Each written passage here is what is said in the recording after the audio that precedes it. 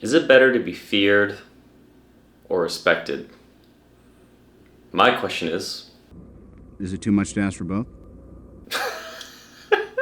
What's going on, everybody? It's Shane here once again for yet another vlog. I'm soon going to be 3 months out from my first ever natural bodybuilding competition. I'm going to be competing in classic physique, and I'm documenting the entire journey from A to Z with the training, diet plan, and everything in between. Today's topics are going to include, but are not exclusive to, these things right here. And I'm gonna have the timestamps down below in the description box. So we're gonna be hitting legs a little bit later. I'm leaving in 2 days to go to Portugal with Team Canada Gymnastics. We have a competition that's going on over there, and as a physical therapist, an athletic therapist, I do get the opportunity to work with these athletes, travel with them, and see a little bit of the world, as we might say. So gonna be my first time going to Portugal, super excited for it. But before that happens, there's the Gymshark Sale that was going on this past week, and we got our own shipment. Our order that we put in about 2 days ago already came in, so we're gonna unbox this and see what we got. There's one item that I'm afraid of the sizing on, so I'm hoping that fits well. But I don't know, do you guys wear Gymshark? I find like once I discovered young LA, I kind of moved away from Gymshark for a while, but after a bit, Gymshark kind of, I don't know, Gymshark had some lower years I found where the products just weren't as appealing to me or didn't really interest me. But I think with me getting reinterested in, like, you know, Chris Bumstead, following him and him again becoming a Gymshark athlete, it's the athletes that I find draw me to the brand. So I remember buying Gymshark for the first time. It was like, it must have been 2014 or 15, something like that. So over 10 years ago.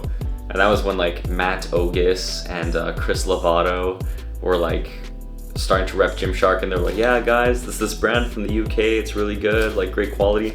I still have my original hoodie from the first ever like Gymshark drops. I wonder if those could fetch a pretty penny now. I don't know. Anyway, let's take a look what we got here. So here it is. Jesus. So one of these items is for my girlfriend, and then the rest is for me. All right, so that's done. So here we go. First one, this one's a tank top. The design kind of looks like the shirt that I'm wearing right now, but it's just like this, where it says, strength conditioning, Gymshark, established 2012. Let's toss it on and see how this goes. And there we have it. So this, maybe if I can angle it a little better. So this is it. And for reference, I'm 5'6" or so, and about 150 pounds, so this is just a size small. Fits well. It's kind of like a very breathable, like borderline mesh pattern, so there's kind of some perforations in it, but as you can barely see. And yeah, fits nice. Not bad. All right, moving on. This is the Legacy stringer in black. So this I have in the desert colorway. Can you see that? Yeah, so you see like the OG Gymshark logo there with the shark that's flexing. I got this one in the desert colorway, but it fits well, and I figured I'd pick this one up too. It's on sale, so let's throw this one on as well. Boom. Okay, so let me zoom this back in. So that's a pretty good stringer.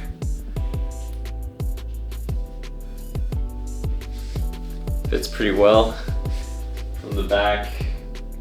Obviously it's nice to have the open back, because you know, if you're training back and stuff and you want to actually like check your pump during the actual workout or see what things are looking like, you can actually do that with a stringer. So it's usually why I tend to prefer stringers for when I'm actually training versus like a tank top like the one I was just wearing. But I think for like arm day or shoulder day, it's perfectly fine.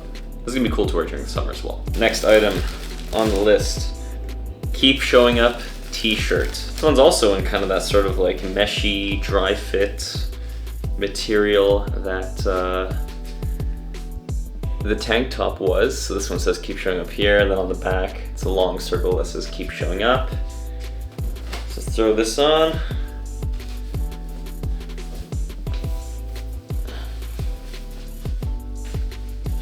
Wow, okay.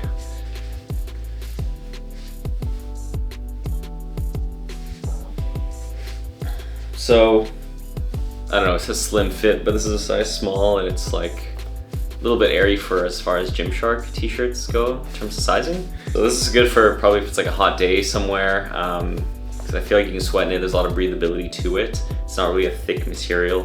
What is this made out of? 100% recycled polyester. Yes, that's probably why. No, it's not like cotton or something like that, which can hold a bit more heat at times, I find. Anyway, very cool t-shirt. Just gonna be nice as like something to wear to the gym, pump cover, something to wear on your day off when you go shopping, running errands. 2 more items left. Oh.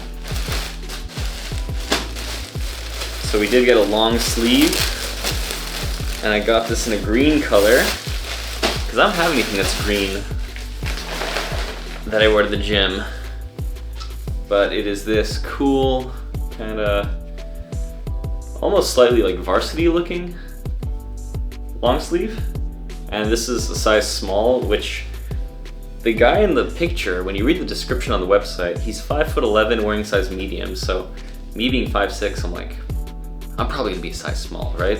At least for the arm length.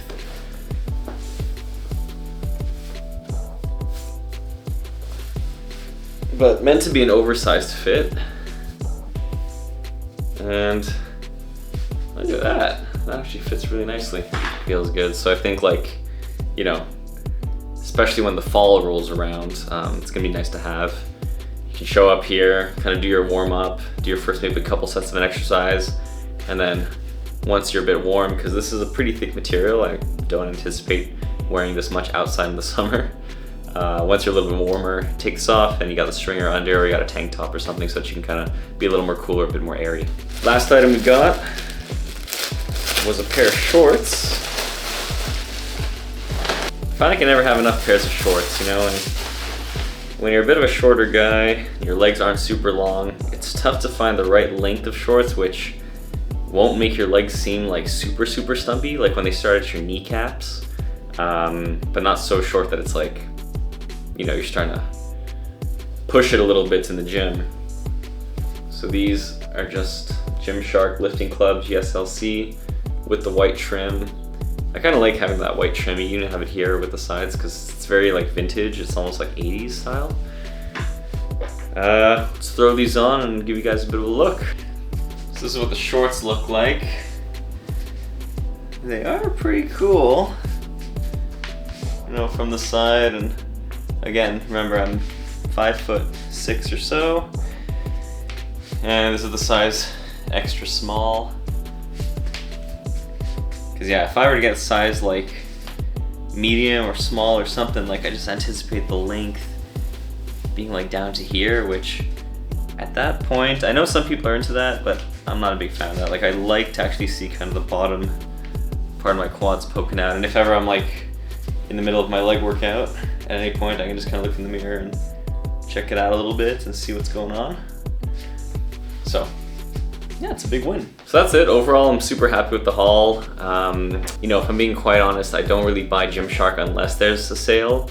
I just find like at this point in my life, I have so much clothing from them that unless something is a really good deal or I really do need a refresher on, you know, pump covers or stringers or shorts, I tend to just wait for the sales. They have a few every single year, so you tend to save pretty good money. And you know, there's a good amount of influencers out there who have Gymshark codes. So if you want to support them, do use their code. You know, they do get a little bit of commission from those orders. The one I used for this order was Phil Heath's. I do like his content a lot, but you know, in the past I've supported, you know, Sarah Safari, I've supported C-Bum, all these great guys. Anyway, now that the haul is done, we're gonna be gearing up to go do legs. So I'll see you at the gym for the first set of exercise 1. Catch you there. So So starting up the workout for legs today, we got the single leg press here at Atlantis Gym. This thing was the first leg machine I used at this gym when I started here back in the end of September of last year. And if you kind of look at the curvature or the arc of motion, it's not a directly straight back and forth movement. There's a little bit of upward angle as you come down and you press into it, which I think is a bit more natural to kind of how the leg and the hip moves. So it just feels great, and there's absolutely no pressure on my lower back when I do these. And aiming for sets of 12 to 15 here. You'll notice that I do put my hand quite often with leg press movements on my knee, just to kind of give it a bit of support, and maybe that's more psychological because I don't know necessarily how much my arm can contribute to pressing like 4 or 5 plates. But I feel good on it. I got up to a PR of 5 plates on each side for 12 reps, I think. When I first started the gym post-marathon, I'd ran a marathon a year ago, I was only doing up to like 2 to 2.5 plates for sets of, 12 to 15. So all things considered, very happy with the progression on this exercise, and it just feels great. It blows up your legs, especially when you do high volume, lots of reps. Did that for 4 sets, and we moved on to our second exercise, which is going to be our seated hamstring curl. Big thing with this one that I think is easy to muck up a little bit is having that long 3-second eccentric before you go down for the rep. I kind of see a lot of people who power through the reps and then it just kind of goes up and down, up and down, up and down as fast as they can. And I don't know, like I've done that in the past with heavy weights. I've done it with lighter weights. I think this way with the 3-second eccentric, it just creates a different kind of burden to the hamstrings. And you end up being a lot more sore the next day. I think I've seen a lot more gains overall in my posterior chain because of it. And it hurts. Let me tell you, like reps 10 through 15 on this one, it's gonna burn. But if you're willing to go there, if you're willing to take some pain, you're gonna get a lot of results that you want out of it. 4 sets of that.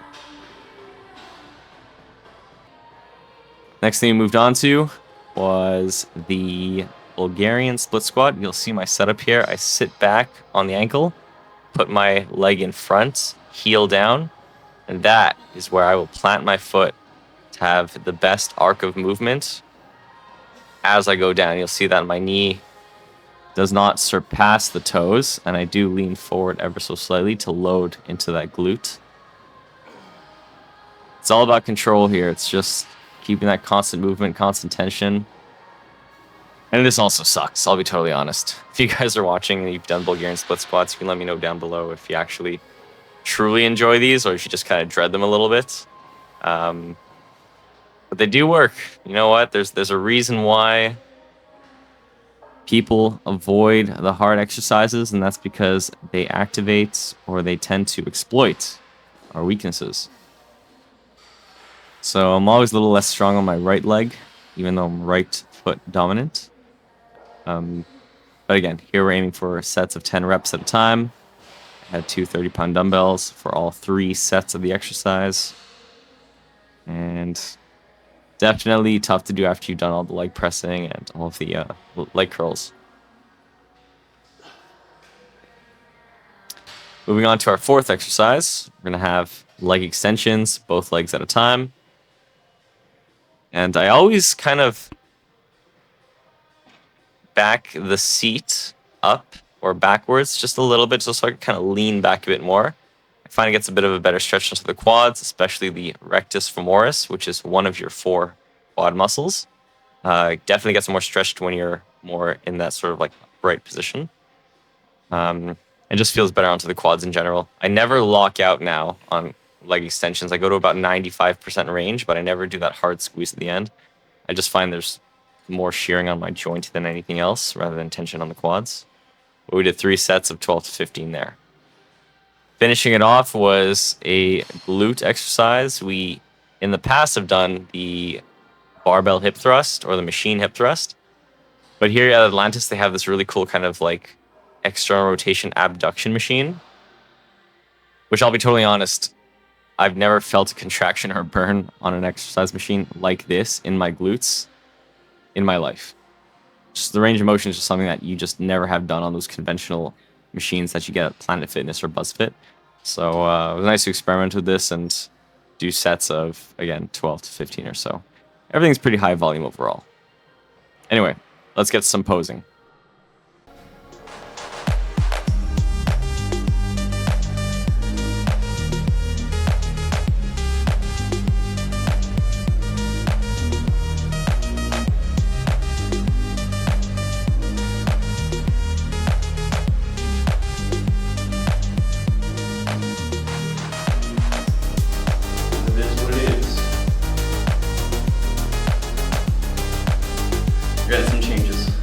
So post-workout, got our 50 grams carbs, 50 grams protein that we've been having to help with obviously upping the recovery and making sure that we can get some nutrients in directly following our training.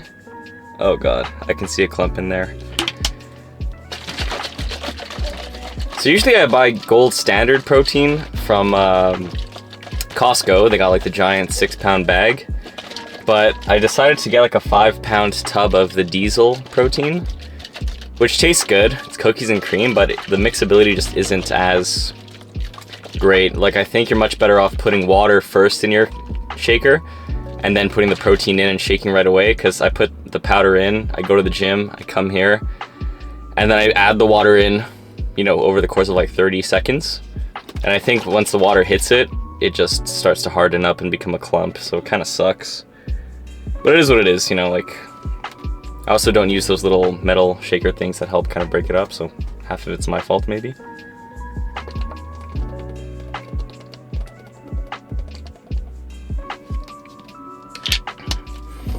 But yeah, legs was awesome. Hitting 5 plates on the single leg press was a good time.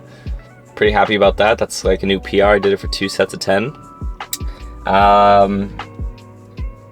Later on, we're going to be having our cheat meal, which I've decided this week is going to be sushi. Super excited for that. I absolutely love sushi. I think for a refeed meal or kind of a cheat meal, it's one of the healthier options you can go for. But you definitely got to make sure of a couple things. One, you got to load up on the sashimi. That's just the pieces of actual raw fish, because that's where the protein's at. Otherwise, you're just having like a clump of rice with a little bit of protein in it. And you also got to make sure you don't drink water, okay? Rookie mistake if you drink water. Reason being is that you're eating these pieces of sushi that have rice in it. You're eating nigiri, you're eating rolls, things like that. Then you're sipping on water, and that's going to expand the rice even more, and you're just going to get full faster. So I figure, you know, I'll drink some water maybe leading up to the dinner, hit the sushi, no water involved, and then afterwards, like an hour later, if I'm feeling thirsty, then I'll start sipping water. But not during the dinner, okay? Remember this tip. If there's anything you've ever learned on this channel, that'll be it. Anyway, I'll see you guys there, and we'll talk soon.